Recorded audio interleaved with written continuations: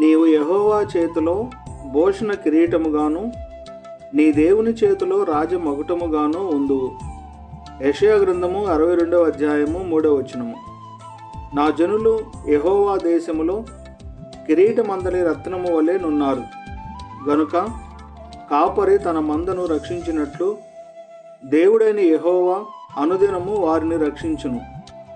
అతిశయించువాడు భూమి మీద కృప చూపుచు నీతి న్యాయములు జరిగించుచున్న యెహోవాను నేనే అని గ్రహించి నన్ను పరిశీలనగా తెలుసుకున్నట్టును బట్టియే అతిశయింపవలెను. అట్టి వాటిలో నేను ఆనందించువాడనని యెహోవా సెలవిచ్చుచున్నాడు.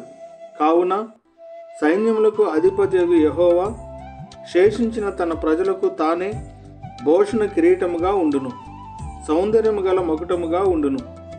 దేవుడు సదాకాలము అలాగున మిమ్మును దీవించునుగాక. ఆమేన్.